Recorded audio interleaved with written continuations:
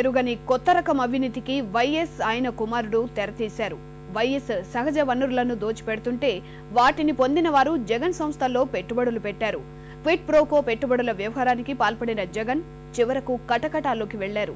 ఈ అక్రమార్జన వ్యవహారంపై కూలంకష విచారణ జరుపుతున్న సిబిఐ ఏ కంపెనీలకు వైఎస్ ప్రయోజనాలు కల్పించారు, అవి జగన్ సంస్థలకు ఎలా ముడుపులు అందించుకున్నాయనే అంశాలను నిరూపించే ప్రయత్నంలో ఉంది.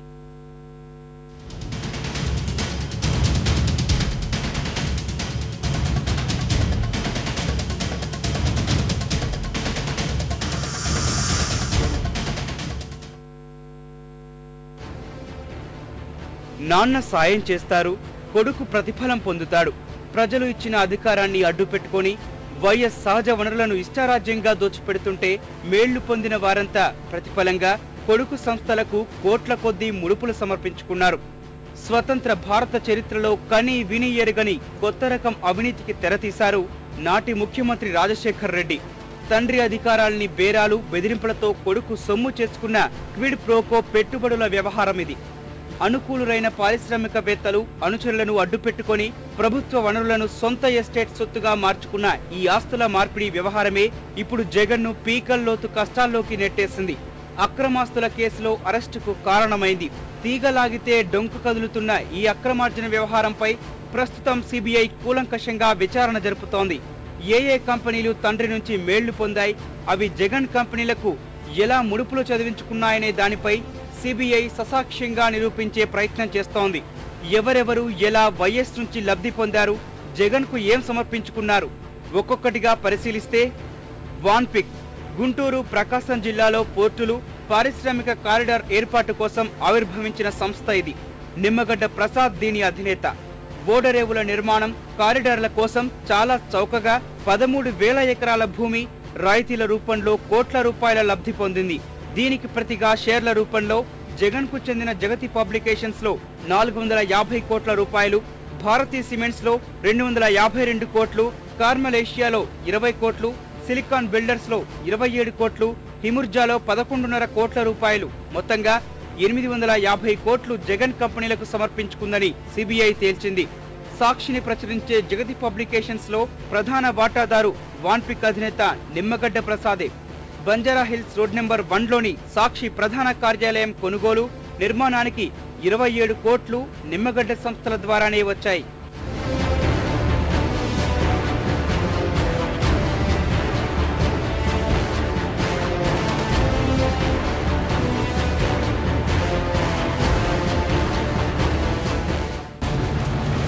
ఇండియా సిమెంట్స్ తమిళనాడు, ఆంధ్రప్రదేశ్లో సిమెంట్ ప్లాంట్లున్న సంస్థ ఇది.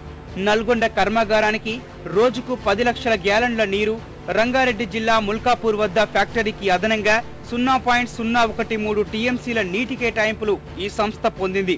దీనికి ప్రతిఫలంగా జగతి పబ్లికేషన్స్ లో 40 కోట్ల రూపాయలు, భారతీ సిమెంట్స్ లో 95.93 కోట్లు పెట్టుబడిగా పెట్టారు.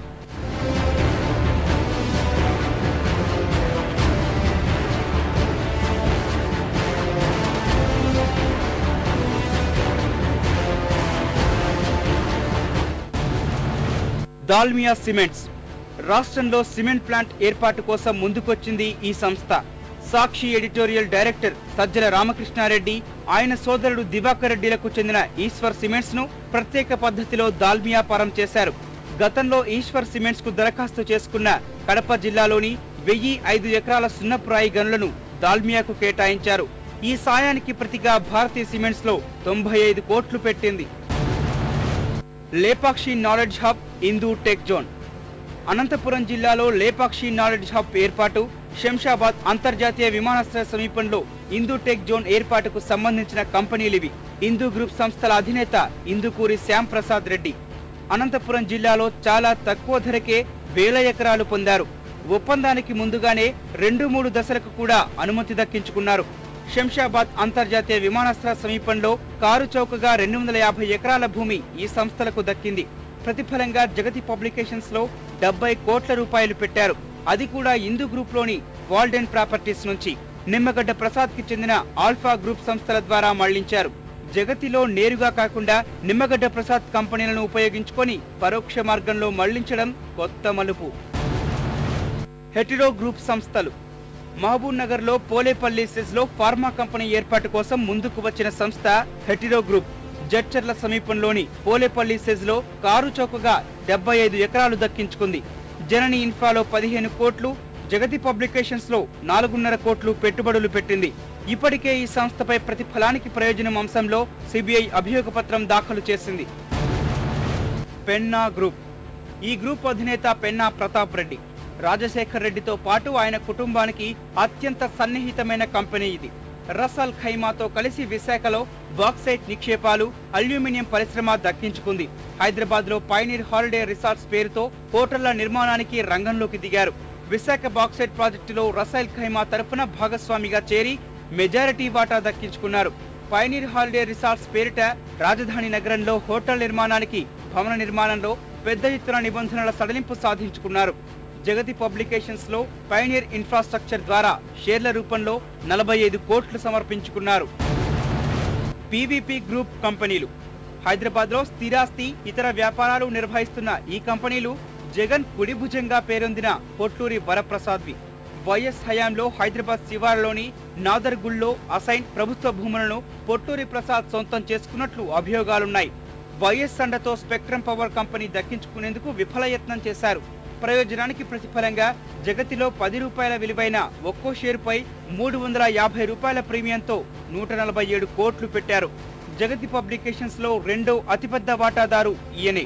స్థిరాస్తి వ్యాపారం పేరిట మారిషస్ నుంచి విదేశీ నిధులు ఇచ్చి వాటిని ఫెమా నిబంధనలకు విరుద్ధంగా జగతి పబ్లికేషన్స్ లోకి మళ్లించారు. రాంకీ గ్రూప్ సంస్థలు. విశాఖ జిల్లాలో ఫార్మాసిటీ నిర్మాణం కోసం ముందుకొచ్చింది ఈ సంస్థ. రాంకీ గ్రూప్ అధినేత అయోధ్య రామిరెడ్డి. రాంకీ ఫార్మా సెజ్ లో గ్రీన్ బెల్ట్ లో విస్తీర్ణం కుదింపునకు అనుమతులు పొందారు. తద్వారా అందులో ప్లాట్లు విక్రయించి సొమ్ము చేసుకునేందుకు అవకాశం దక్కించుకున్నారు. ఇదే రాంకీ సంస్థ హైదరాబాద్ నగరంలో ఘన పదార్థాల నిర్వహణ ప్రాజెక్టును దక్కించుకుంది. జగన్ సంస్థల్లో పెట్టుబడులు పెట్టింది. RR global. ఓబుళాపురం గనుల్లో తవ్వి తీసిన ఖనిజాన్ని విక్రయించేందుకు ఏర్పాటు చేసిన కంపెనీ ఇది. సాక్షి ఎడిటోరియల్ డైరెక్టర్ సజ్జల రామకృష్ణారెడ్డి సోదరుడు దివాకర్ రెడ్డి ఈ సంస్థ యజమాని. వీరంతా వైఎస్ కుటుంబానికి బాగా సన్నిహితులు. ఓబుళాపురం గనుల్లో ఖనిజం అక్రమ తవ్వకాల ద్వారా వచ్చిన సొమ్మును సాక్షిలోకి తరలించేందుకు ఉపయోగపడిన సంస్థ ఇది. జగతి పబ్లికేషన్స్ లో 49 కోట్లు, ఇందిరా టెలివిజన్ లో 30 కోట్లు, మొత్తం 79 కోట్లు పెట్టింది. ఎంఆర్.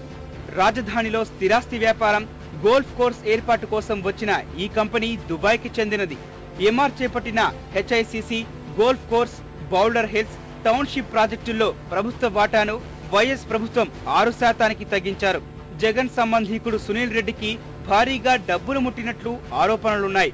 దీనిపై ప్రస్తుతం సిబిఐ దర్యాప్తు నడుస్తోంది. ఇలా దాదాపు 90 కోట్లకు పైగా సునీల్ రెడ్డి వసూలు చేసినట్లు సిబిఐ ఆరోపణ. సండూర్ పవర్. బూడలు దిగిన జగన్మోహన్ రెడ్డి అక్రమార్క సామ్రాజ్యానికి తల్లివేరు ఈ సండూర్ పవర్. జగన్ తామర తంపర కంపెనీలో ప్రతిదీ ఏదో రూపంలో ఈ సండూర్తో లింక్ ఉన్నదే కావడం ప్రత్యేకంగా చెప్పుకోవాల్సిన అంశం. వైఎస్ అధికారంలోకి వచ్చిన కొత్తలో జగన్ ఈ సండూర్ పవర్ సంస్థను చేజిక్కించుకున్నాడు. 2005-2006లో మారిషస్ కు చెందిన 2i క్యాపిటల్, ఫ్లూరీ ఎమర్జింగ్ అనే 2 కంపెనీలు దీనిలో 124 కోట్లు పెట్టుబడులుగా మళ్లించాయి. తర్వాత వాన్పిక్ అధినేత నిమ్మగడ్డ ప్రసాద్ కూడా ఒక్కో షేరుపై 140 ప్రీమియంతో దాదాపుగా 30 కోట్లకు పైగా నిధులు దీనిలోకి తరలించారు.